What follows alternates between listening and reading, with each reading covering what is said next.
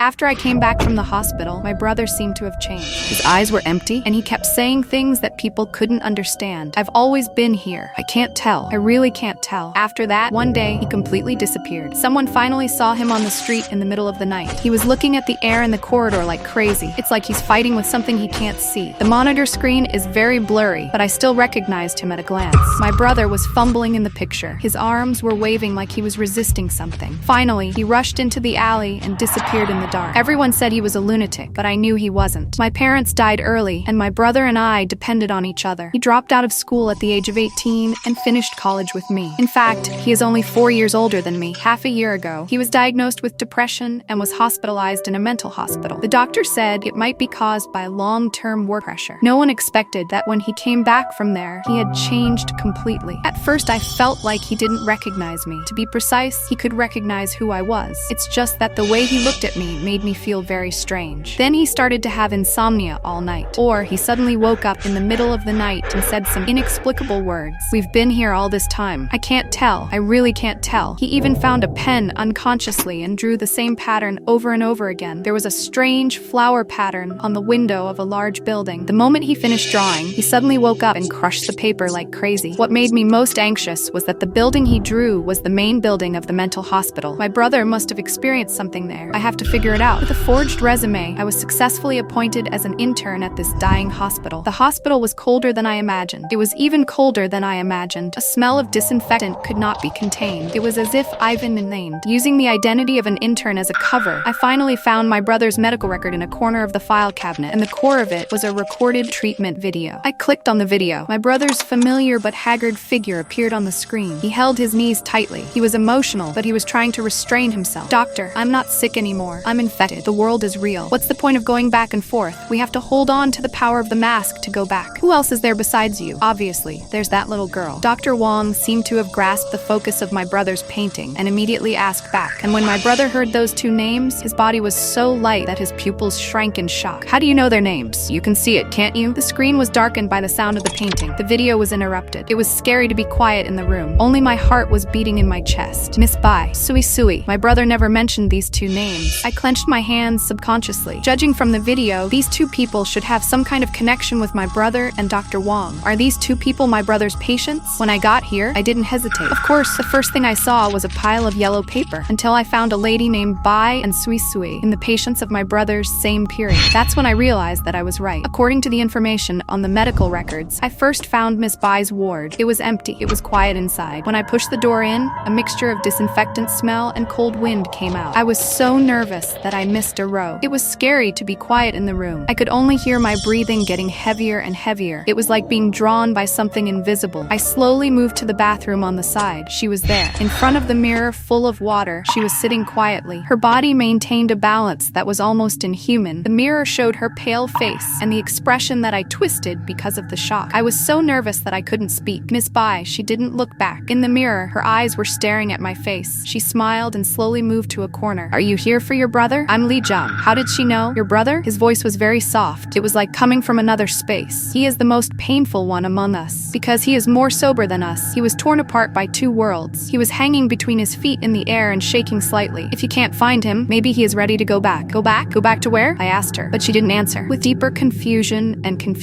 Wang Jilu found the ward of the girl named Li Sui. It was different from the haunted house in Miss Bai's house. It was a little popular here. A skinny girl was sitting in the corner of a large chair. There was a strange-shaped doll hanging on the floor. The doll's nails were crooked, but there was a pair of eyes that were almost full of her face. When she saw me, she looked up and cried. She said she didn't want you to worry, but this time she went back and cried for the rest of her life. The word of life and death pierced my heart. I bent down and wanted to continue asking. At this time, the doll in her arms suddenly moved. It was not an illusion. The doll's head turned slightly and shrieked like a scalded knife. She pushed me away and pointed to the door. On the third floor, there was the abandoned parking lot. Her voice cracked like a tear. "It's too late if we don't go now." I rushed out of the ward and pressed the elevator button crazily. I couldn't help but think why I trusted a strange girl so easily. I just want to find my brother now. On the third floor, there was a dim light in the northwest corner. I rushed into the shadow. As expected, an old iron door was dim. The iron curtain was broken by violence, as if it had just been forced in. It's too late to think too much. I squeezed in my side body and swam like a tide. I could recognize her back. It was my brother. "Brother!" I yelled at him with a cry and tried to push him away, but he backed away and and held his head. He looked at me and his eyes were broken. Tell me why they call me Li Wang. Who the hell is Li Wang? I was in a daze. Li Wang? I've never heard that name before. Who the hell am I? His voice was trembling. I held back my tears and tried to get close to him again. There's no time. His voice was trembling. The useless shout came out of nowhere, and everything around him began to turn upside down. Sister, do you think it's an illusion or the truth? If he becomes your enemy, the only way out is to be crazier than him. Every breath you take here may be a trap. Do you think you're the real you? Sister, if I can't come back, take care of yourself. Brother's last words still echoed in my ears. It's really scary, but there's no hospital in front of me. It's a deserted building. It's like my previous infiltration was an illusion. It turns out that their nonsense has never been crazy.